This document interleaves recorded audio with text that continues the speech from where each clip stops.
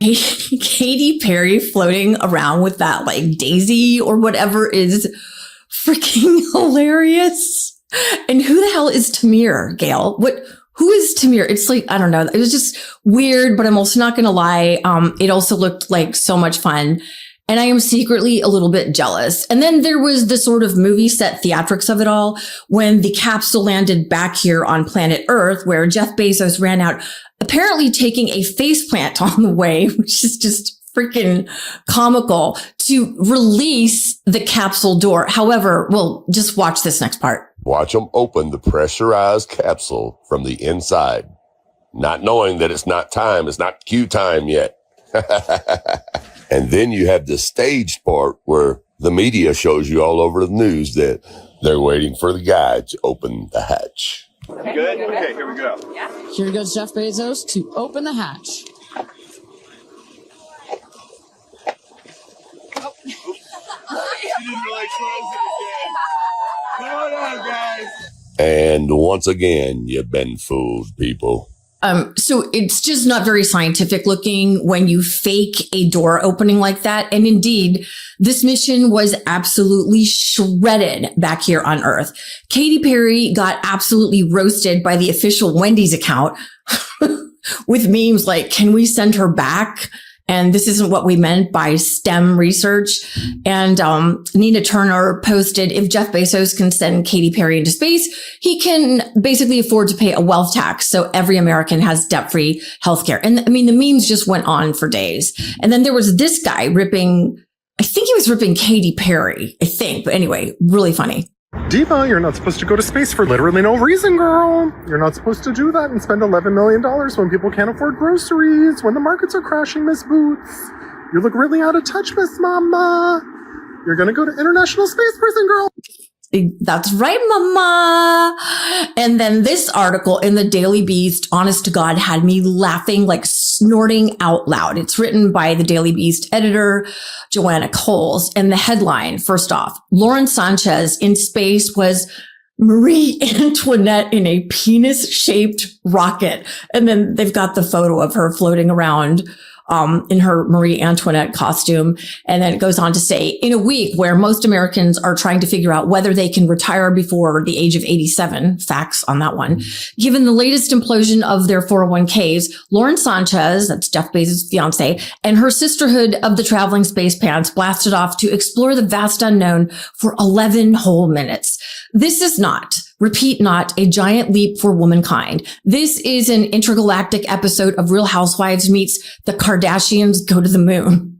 It's a quick getaway for the billionaire set as 6 gal pals cosplay astronauts in tight blue Star Trek at their very own Cosmic Con. Coles goes on to write, Jeff Bezos, who is sponsoring the flight to gain publicity for his orbital space company, Blue Origin, would like us to applaud this flight as an empowering moment for women everywhere. As if his fiancée sitting in a penis-shaped rocket for the length that it takes to use a Biore strip will somehow solve the maternal mortality crisis in America, the pay gap, the fact that women in science still face more scrutiny than support, or the repeal of reproductive choice. And then she goes on to say, if Sanchez wanted to rescue someone, she could have skipped space and gone to El Salvador to speak up for Kilmar Abrego Garcia. As a third-generation Latina, her high profile and influence could make a difference. I mean, just absolutely freaking scathing article in the Daily Beast there. Can I just say, like, how freaking on brand it is that a billionaire man builds a rocket shaped like a penis? Like, just so freaking on brand. Then there was Gayle King, CBS morning anchor and famously Oprah's bestie, who really came across as surprisingly, or maybe not, tone deaf after her ride into space. Check it out. The question is, have y'all been to space? Have you been to space? Go to space. Getting dunked on for being earth poor and not being able to afford to go to space is in fact a new level of let them eat cake. I saw people saying, oh, what Katy Perry said was the new let them eat cake. No. This is the new let them eat cake. I even love the face expression. This is the let them eat cake face expression. I mean, have you even been to space? Gail, I've never even been to Washington State, and I'm American. I've never even been outside of the country, except for Canada, which I always say doesn't count because they're basically just nicer, more polite Americans with same gun laws. I just need them to embrace this let them eat cake. Because what I can't stomach, and I don't think a lot of other people can stomach it anymore either, are these oligarchs and 1%ers trying to rebrand their greed as doing something altruistic or good for humanity. Like, we are done with the fake philanthropist era of the billionaire class. Because at one point she's like, we're doing this for humanity. No, you're not. You did it for your ego and you wasted a lot of resources in the process. I really like Gayle King and of course I think the world of Oprah. But I think when you live with so much wealth and fame for so long, you lose touch with reality and what it's like for life for the rest of us. I mean, you just simply can't relate.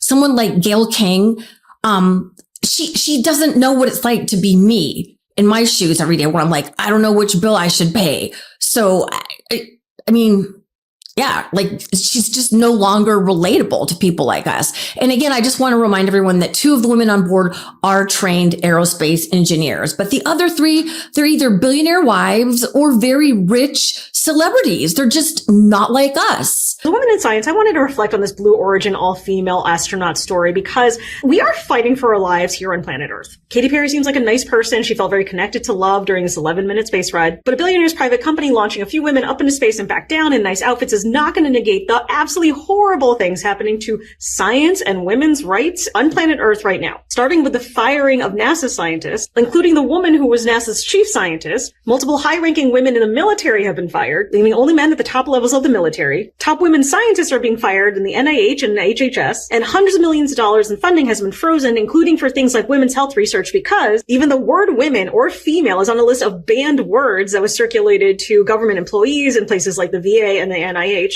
but not men or male. So those of us in women's health are not feeling super connected to love right now.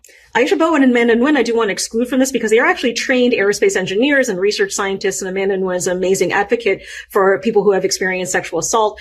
But overall, if we actually wanted to advance women's place in the universe, we would take the billions of dollars that were put into Blue Origin and invest into literally anything that would keep us from being dragged forcibly into the distant past where we have no autonomy, no rights, and no potential for research and healthcare. So that'd be great. Yeah, honestly. So to wrap this episode of Adventures of the Very, Very Rich and Famous, Zuckerberg and Bezos are 2 of the wealthiest men on the planet. And they have made the decision to cozy up to a madman in Donald Trump just so they can get in on $1 trillion tax cuts from Republicans, while Medicaid, Social Security, and food stamps are getting thrown on the cutting room floor.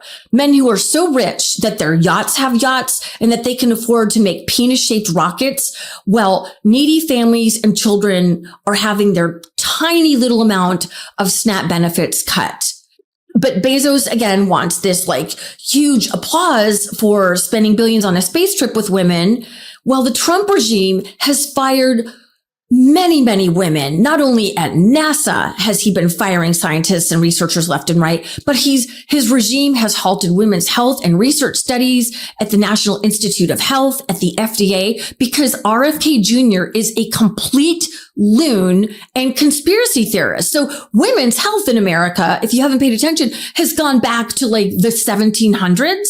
So I think if Bezos was truly interested in advancing women's issues, he'd spend less time on funding Melania Trump's documentaries, true story. That's what he's agreed to do, and more time using his wealth and platform to elevate women and good causes, like his ex-wife, Mackenzie Scott, who is literally giving away her multi-billion-dollar fortune to amazing causes like climate friendly projects, to HBCUs, to women's initiatives, to LGBTQ issues. And the same for Zuckerberg, who, according to an attorney who used to represent him, has turned into a neo-Nazi. This is where these men with crazy, insane amounts of wealth are going. Really, we shouldn't have billionaires, in my humble opinion.